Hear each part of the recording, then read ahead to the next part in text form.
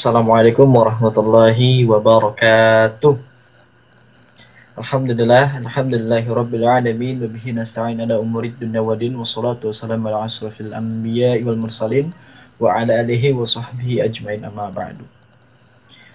Alhamdulillah, puja dan puji syukur kehadirat Allah Subhanahu wa taala yang memberi kita banyak nikmat dan memberi kita kesehatan ya teman-teman. Alhamdulillah. Kembali lagi bersama Pak Aris ya. Nah, teman-teman, semoga teman-teman pada sehat ya. Nah, baik. Oke, sebelum kita mulai pembelajaran hari ini, seperti biasa kita buka pelajaran hari ini dengan mengucapkan basmalah. Baik teman-teman, kita ucapkan basmalah bersama-sama.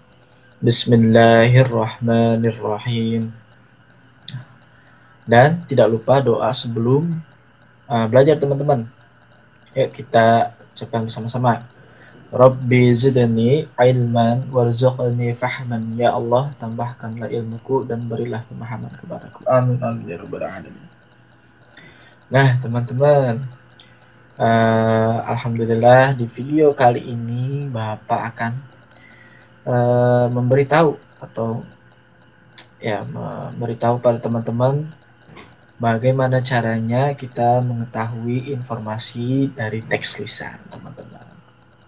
Nah ini sangat berguna bagi teman-teman untuk mengetahui informasi ketika teman-teman mendengar sebuah materi dengan teks lisan teman-teman. Nah, ini sangat bermanfaat. Keren nggak? Ya, keren sekali ya. Bagus ya. Nah, baik teman-teman. Kita bisa lihat di sini slideshow-nya.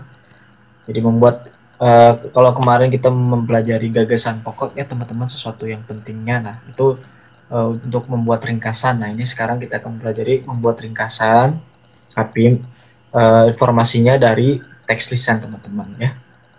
Dan ini ringkasan yang dibuat dari teks lisan atau teks tulisan pada hakikatnya memiliki persamaan namun terdapat pula perbedaannya. Nah teman-teman harus tahu perbedaan ya teman-teman ya. Baik teman-teman, Bapak kasih tahu persamaannya ya. Cara digunakan dalam meringkas sama ya. Jadi sumbernya walaupun sumbernya berbeda, meringkasnya sama teman-teman.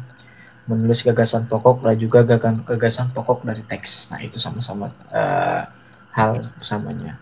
Jadi terus mengetahui apa jadi kesan umum dari teks. Jadi mengetahui ini tentang apa sih, ini kesan umumnya tentang apa, ini semua nih teks yang dibaca teman-teman atau didengarkan teman-teman tentang apa sih. Nah itu teman-teman tahu persamaannya. Yang menuliskan kalimat baru berdasarkan kesan umum serta gagasan yang didapatkan dari teks yang diringkas ya teman-teman. Nah teman-teman seperti yang Bapak kemarin beritahu, jadi teks baru itu hanya teks baru yang kita pahami, tidak sama dengan teks yang ada, baik itu teks tulisan atau teks lisan. Nah itu persamaannya teman-teman ya. Nah, selanjutnya perbedaannya teman-teman ya. Jadi ada perbedaan dalam untuk meringkasnya teman-teman ya. Nah coba kita lihat untuk teks tulisan. Cara memahaminya adalah dengan membaca teks secara seksama dan berulang hingga dipahami pokok-pokoknya. Jadi kalau teks tulisan itu dengan membaca teksnya teman-teman ya. Ingat, dengan membaca teksnya.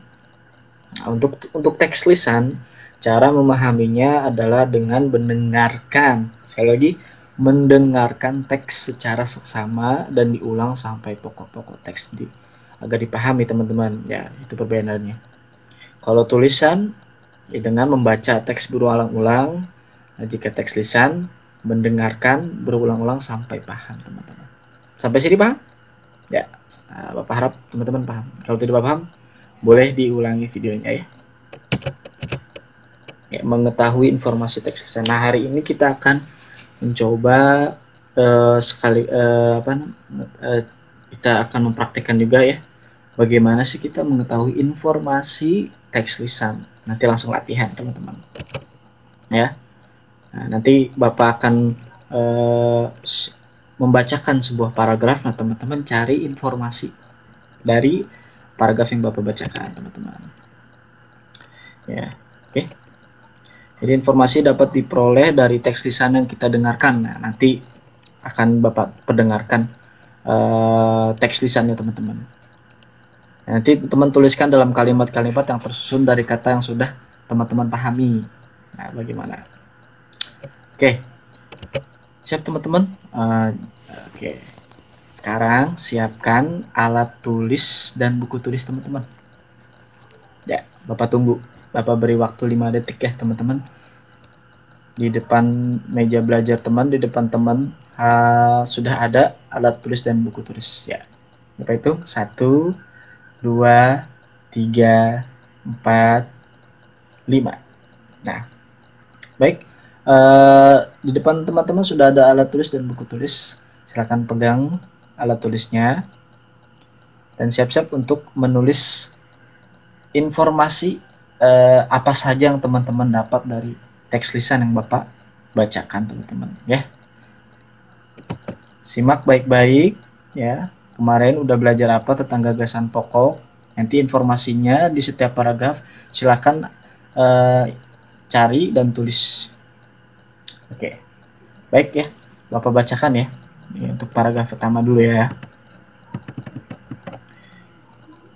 Nabi Musa alaihi salam adalah seorang nabi dari Bani Israel.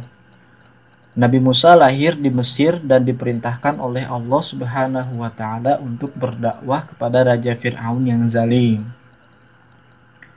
Sekali lagi ya. Nabi Musa alaihi salam adalah salah seorang nabi dari Bani Israel. Nabi Musa lahir di Mesir dan diperintahkan oleh Allah Subhanahu wa taala untuk berdakwah kepada Raja Fir'aun yang zalim.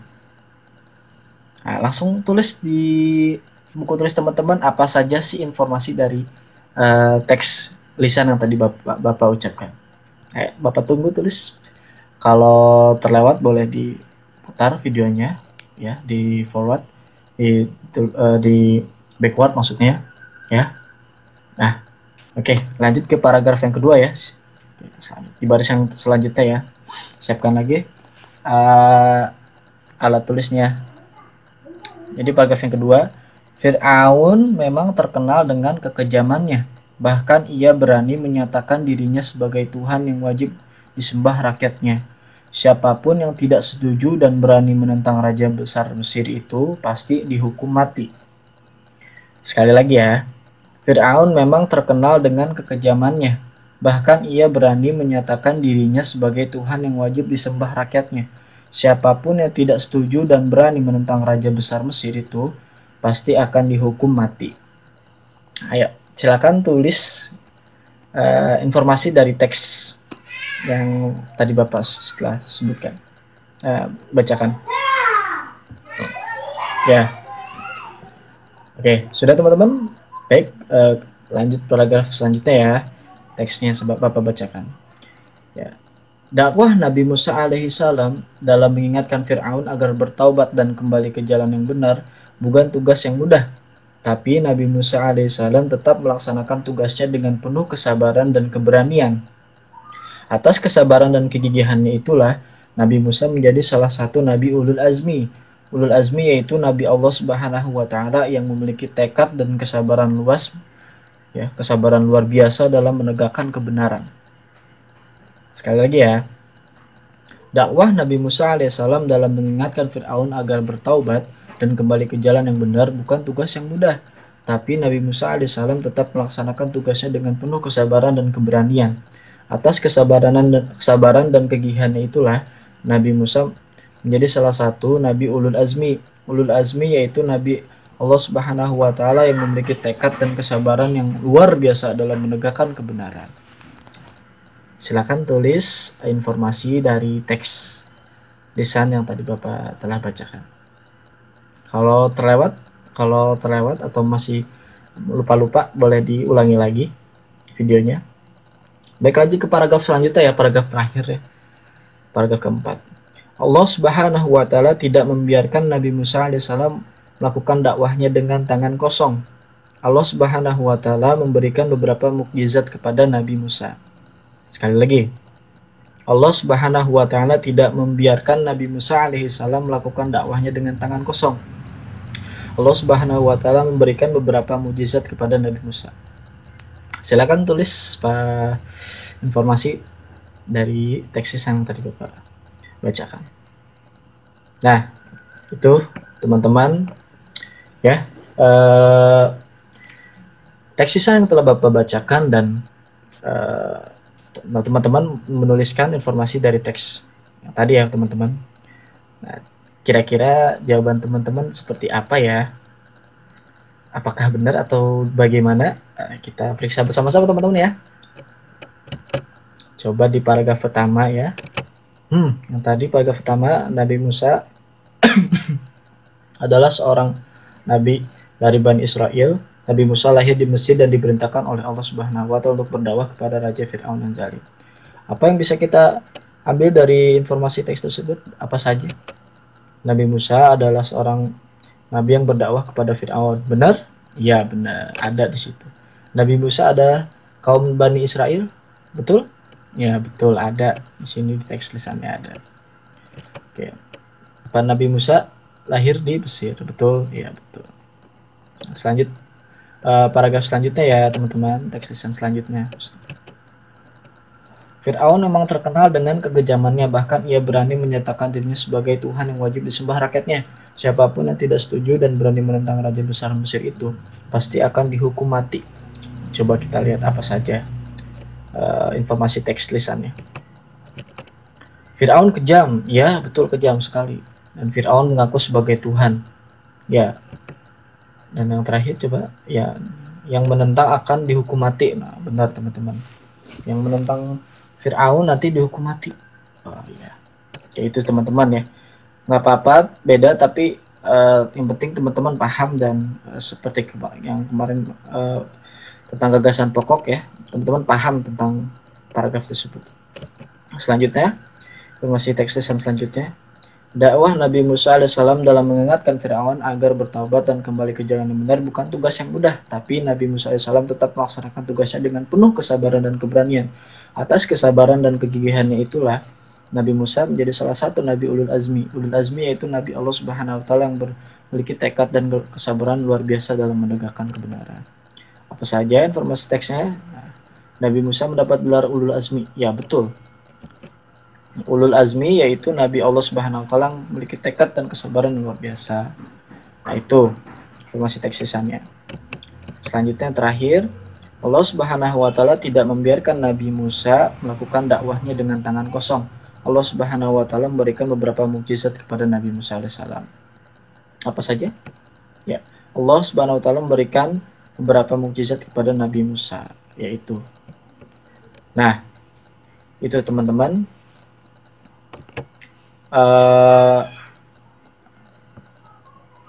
Informasi teks lisan dari teks lisan yang telah Bapak bacakan tadi ya. Walaupun teman-teman beda, tapi teman-teman pasti sudah menulisnya ya. Teman-teman hebat. Nah sekarang lanjut ke tugas teman-teman ya. Ya, siapkan alat tulis dan buka buku paket halaman 114 teman-teman. Baik, sekarang buku tulisnya dipindahkan dulu dan buka buku paket halaman 114 teman-teman. Sudah? Oke, simak baik-baik. Ini latihan dan nanti Bapak akan nilainya nanti ketika ini ya, teman-teman sudah mengerjakan dan mengirim lewat email ya teman-teman. Siap? Simak baik-baik. Nah, oh ya, Bapak sebelumnya.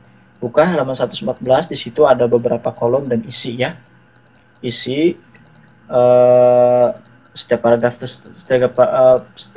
teks lisan Bapak bacakan dan isi dengan informasi teks lisan yang teman-teman dapatkan. Baik, ya, dengarkan baik-baik ya. Bismillah. Ya, gudeg judulnya ya, gudeg makanan yang melegenda. Gudeg adalah masakan tradisional Jawa dari Yogyakarta dan Jawa Tengah, Indonesia. Dalam perkembangannya, masyarakat mengenal gudeg berasal dari Yogyakarta sehingga membuat kota ini dikenal dengan nama Kota Gudeg. Paragraf selanjutnya. Sejarah gudeg di Yogyakarta dimulai bersamaan dengan dibangunnya Kerajaan Mataram Islam di Alas Mentaok yang ada di daerah Kota Gede pada sekitar tahun 1500-an. Gudeg sejatinya bukan makanan yang berasal dari kerajaan, tapi berasal dari masyarakat. Dikarenakan prosesnya memasaknya lama, pada abad ke-19 belum banyak yang berjualan gudeg. Gudeg mulai populer dan banyak diperdagangkan pada tahun 1940-an. Saat Presiden Soekarno membangun Universitas Gadjah Mada atau UGM hingga sekarang. Gudeg terbuat dari nangka muda atau bahasa Jawanya gori. Nangka muda direbus selama beberapa jam dengan gula aren, santan rempah-rempah, dan daun jati. Daun jati berfungsi memberikan warna coklat kemerahan kemasakan. Gudeg memiliki rasa manis sesuai selera masyarakat Jawa pada umumnya. Gudeg umumnya disajikan dengan tambahan telur ayam, tahu, tempe, dan sambal goreng krecek yang terbuat dari kulit sapi. Ada beberapa jenis gudeg, yaitu kering, basah, khas Yogyakarta, khas Solo, dan khas Jawa Timur. Gudeg kering hanya memiliki sedikit santan sehingga memiliki sedikit kuah. Sementara itu, gudeg basah mempunyai banyak santan. Nah, silakan tulis teman-teman informasi teksisannya. Nah, kalau teman-teman ketinggalan boleh diulang lagi videonya ya. Nah, diisi itu tugasnya diisi ya kolom-kolomnya, nanti foto dan kirim lewat email ya. Ya, ditunggu ya. Oke, baik. Itu saja video pembelajaran hari ini. Semangat teman-teman dalam mengerjakannya, berikan semangat teman-teman. Walaupun di rumah tetap kerjakan tugas dari Bapak dan Ibu guru dengan sungguh-sungguh ya teman-teman. Insya Allah kita tidak akan lama-lama. Insya Allah sebentar lagi mudah-mudahan kita akan masuk sekolah ya teman-teman ya. Baik, kurang lebihnya mohon maaf ya. Semangat sekali lagi teman-teman. Aku ucapkan Assalamualaikum warahmatullahi wabarakatuh.